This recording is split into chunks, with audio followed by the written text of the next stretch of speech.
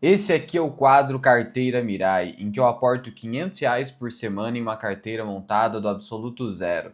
Vem comigo. Salve, salve, investidor, como é que você está? E vamos aqui a mais um episódio do Carteira Mirai. Como você pode ver aqui na tela, tem um saldo de R$ 530.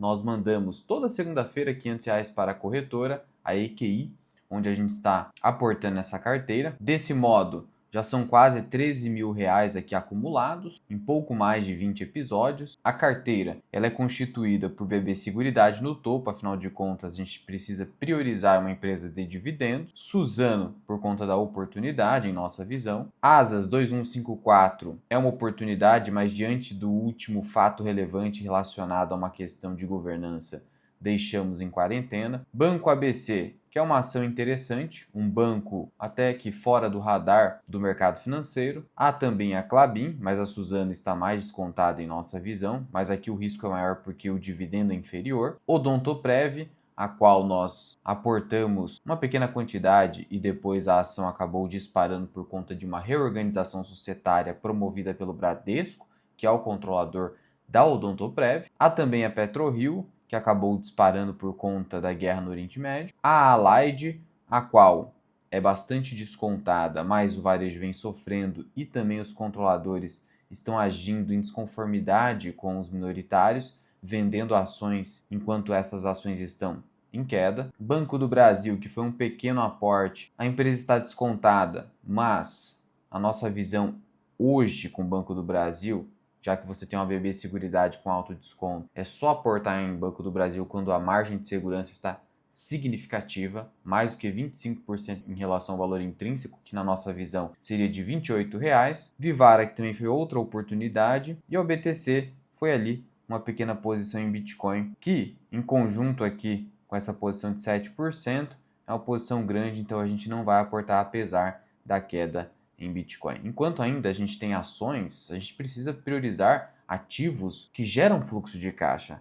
Essa precisa ser a visão primária numa carteira de investimentos vencedora. Bem, mas o que está acontecendo? Olha aí, petróleo volta a disparar com impasse entre Estados Unidos e Irã. É o que eu venho dizendo. A suposição de que uma guerra vai acabar em pouco tempo é no mínimo ingênua. Por quê? Porque a história da humanidade diz o contrário. Estatisticamente, guerras duram no mínimo meses, na verdade anos, de tal modo que, infelizmente, é difícil a gente esperar uma rápida resolução desse conflito. De tal modo que, por conta disso, eu já fiz vídeo falando, olha, cuidado, que vender Petrobras e PetroRio nesse momento, a fim de embolsar lucro, você até pode fazê-lo, um percentual diminuto apenas para eventualmente aproveitar outra oportunidade. Mas entenda que nesses momentos, especialmente Petrobras, está para pagar altos dividendos. E o dividendo já gera fluxo de caixa para o seu portfólio que possibilita você comprar outras ações em preços mais atrativos. Petróleo acabou disparando para quase US$ 95. Os US$ 100 aí vem sendo uma cotação até que frequente nesse momento de guerra. É um preço muito complicado para o mundo todo em termos de inflação, encarece tudo na economia mundial. O Ibovespa, por sua vez, acima dos 195 mil pontos, mesmo com diversas ações que na verdade caíram. Ações do varejo no geral não subiram. Você tem ações como BB Seguridade que também não subiram. Ações como Klabin e Suzano também não subiram.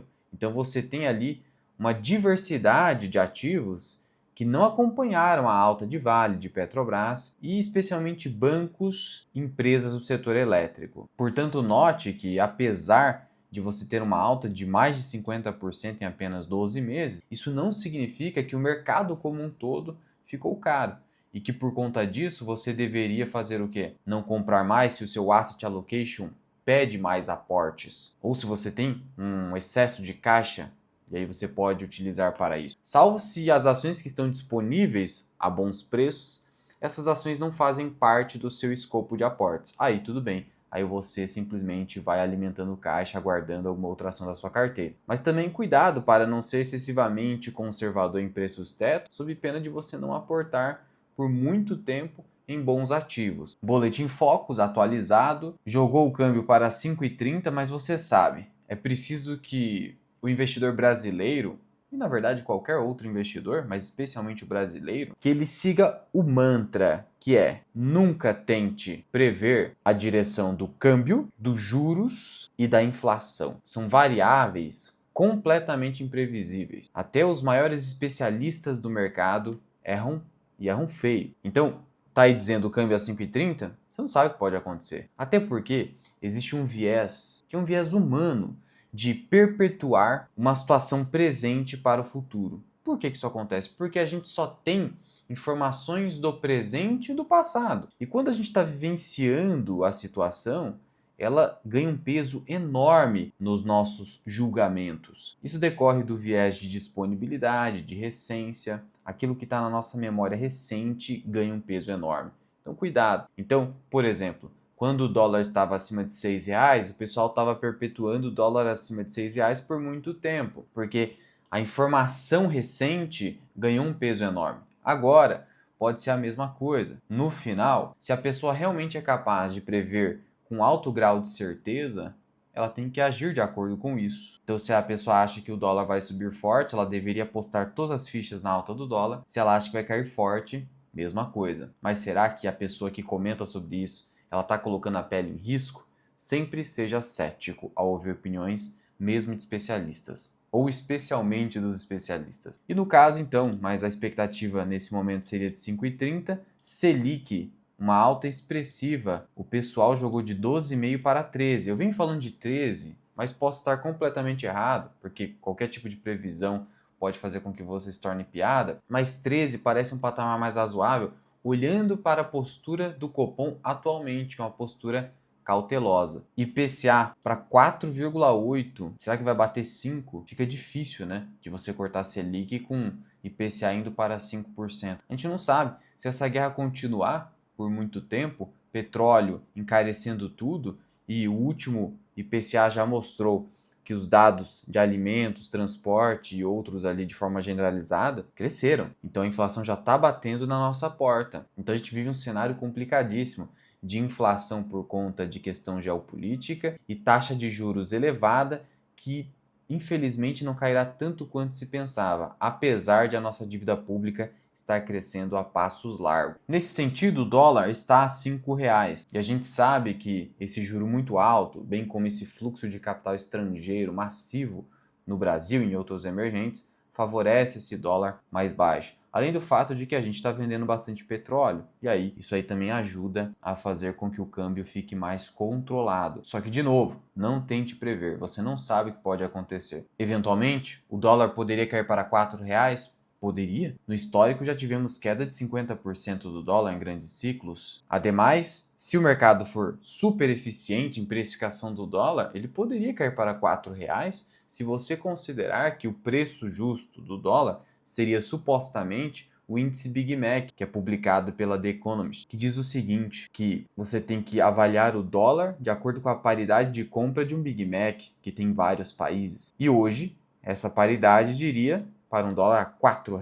Enfim, imprevisibilidade. Não tente jogar esse jogo. Títulos públicos ainda remunerando a taxas elevadas. Isso deve continuar por conta do cenário atual de Selic mais alta por mais tempo em virtude da inflação. Se o governo não oferecer taxas desse tamanho, com uma relação dívida-PIB que já superou 90%, segundo o cálculo internacional, não o cálculo do governo que bate ali em quase 70%, segundo essa premissa, fica difícil. Porque você pode sim criticar outros países que têm dívidas superiores à dívida brasileira. Acontece que, como o Brasil tem um juro muito elevado, o crescimento da dívida brasileira é muito mais acelerado. Então, esse é o grande ponto. E o fato de o Brasil ser considerado um país emergente, portanto mais arriscado, faz com que o mercado como um todo, de maneira mais permanente e estrutural, exija mais prêmio de risco nos títulos do governo. Então já há uma expectativa de crescimento mais acelerado por si só, ainda mais com esse juro que é o segundo maior juro real do planeta e a gente não está em guerra, não tem nada acontecendo com a gente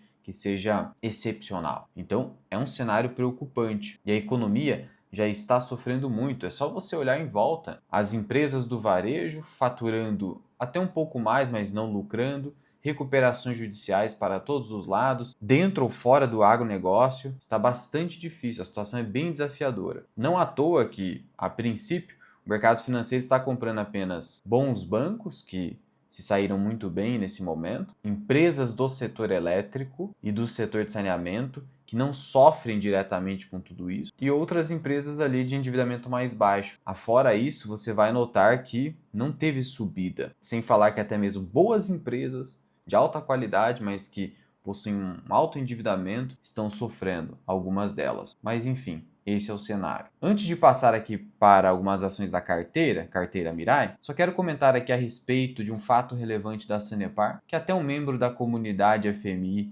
trouxe para comentário. E o que ele diz? Ele diz que a Sanepar ingressou junto ao Juízo de Direito da Vara da Fazenda Pública de Curitiba. O que é isso? É onde se processa processos relacionados à fazenda pública, ao governo, no caso do Estado, já que o Estado é controlador da Sanepar e a Sanepar é uma empresa estatal. E o que visa esse mandado de segurança, que é um processo judicial? Visa uma liminar no começo do processo, antes do julgamento final, para determinar a imediata suspensão da nota técnica da AGEPAR, que disse o seguinte: olha, na verdade a gente vai mudar o entendimento a respeito do precatório de 4 bilhões de reais recebido pela Sanepar. No sentido de, a Sanepar não tem direito a nada, nem a 25%. 100% deve ser destinado à modicidade das tarifas do serviço público. E aí, eles estão questionando isso na justiça. Ao final, eles querem a nulidade do ato impugnado,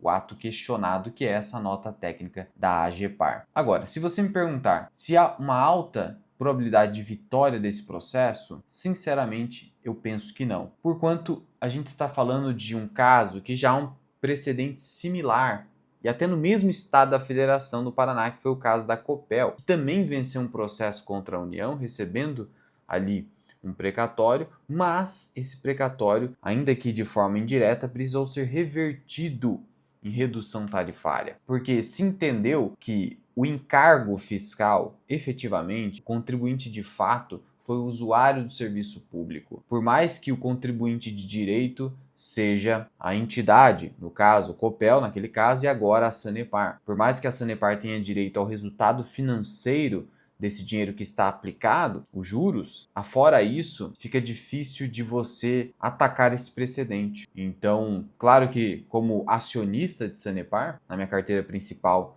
é uma das maiores posições, só perde hoje para a BB Seguridade, eu espero que ela consiga, ainda que parcialmente, alguma coisa. Mas, sinceramente, a gente tem que esperar o não completo da justiça, mantendo esse entendimento da AGEPAR. Passando aqui para a BB Seguridade. BB Seguridade que, nesse exato momento, fica ali brincando na região dos R$35, que é uma região onde o papel está descontado. Veja, mesmo em premissas conservadoras, eu entendo que o papel ele tem um valor intrínseco de R$40. Por conta da margem de segurança, eu busco comprar 35. Pouco acima disso, não tem problema, principalmente em aportes menores. Então eu poderia, nesse momento, aumentar a posição em BB Seguridade, que, de novo, na minha carteira principal é a maior posição e na carteira Mirai também é a maior posição. Então eu já estou bem concentrado em BB Seguridade. De tal modo que eu vou esperar para ver um pouquinho, para ver se cai abaixo de 35, que daí eu compro mais. Sendo que o mercado de seguro, segundo a Confederação Nacional de Seguradoras, vai crescer bastante,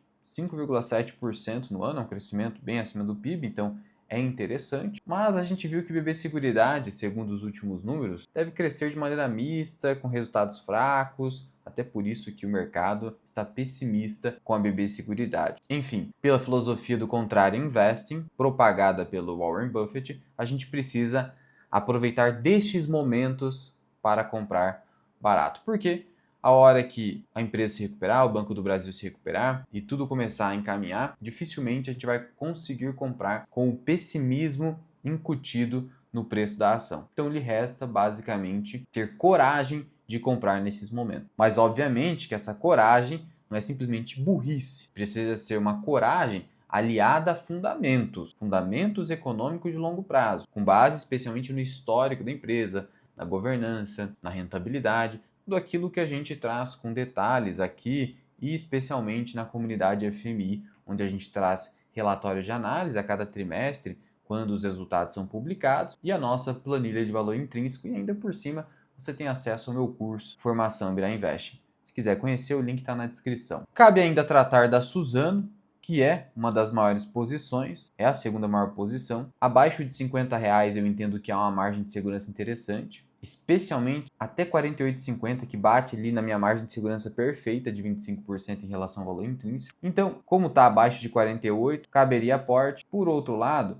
estou pretendendo nesse momento aportar apenas em Banco ABC, uma vez que o banco é a quarta maior posição da carteira e, para não ficar ancorado em preço médio, vou aportar agora mostrando que você deve aportar mesmo acima do preço médio. Veja, aqui o preço médio é 25,36. A cotação é 26 e alguma coisa. Mesmo assim, irei aportar para fins didáticos nesse sentido do preço médio, para mostrar e fazer, né? Não simplesmente só falar como alguns fazem. Por quê? Porque existe margem de segurança e é uma boa empresa. Note o seguinte, o lucro da empresa em 2025 foi de R$ 1 bilhão. Quando a gente pega aqui o histórico do Banco ABC, a trajetória de longo prazo é de subida. Nos últimos 10 anos, é sempre importante você olhar para a empresa nos últimos 10 anos. Nos últimos 20 fica difícil, que aí já é outra empresa. É legal para você ver um histórico de longuíssimo prazo, mas para você avaliar mais o contexto atual da empresa, os últimos 10 anos. E nesses últimos 10 anos, você teve o lucro saindo de 391 milhões para, como a gente viu, R$ 1 bilhão.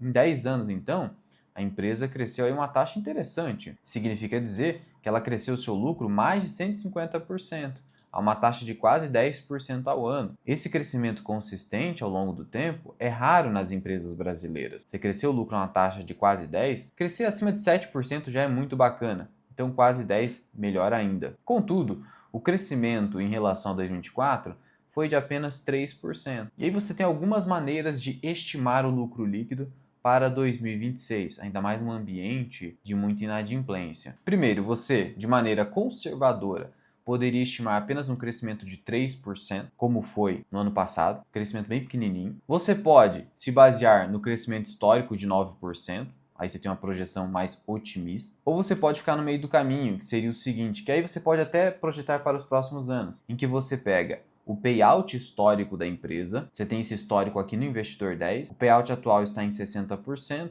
o histórico é muito próximo disso, dá para pegar então 60% e multiplicar pelo ROI da empresa, que está em 15%. Isso dá 6% de crescimento. O que acontece? Eu coloquei aqui 0,4, por quê? Porque aqui é o quanto a empresa retém de lucro, né? Se ela tem um payout de 60, ela retém 40 de lucro. O quanto que ela retém vezes a rentabilidade da empresa, que é o ROI, aí a gente tem a expectativa de crescimento do lucro, que seria de 6%. Você pode adotar o que eu faço, a expectativa de 6% para os próximos anos, mas para o corrente ano de 26, apenas 3%. Aí a gente tem uma projeção que eu considero realista para o Banco ABC. De tal modo que o lucro poderia ser de apenas R$ 1 bilhão e 30 milhões e o valor intrínseco de R$ 32, com uma margem de segurança superior a 20%.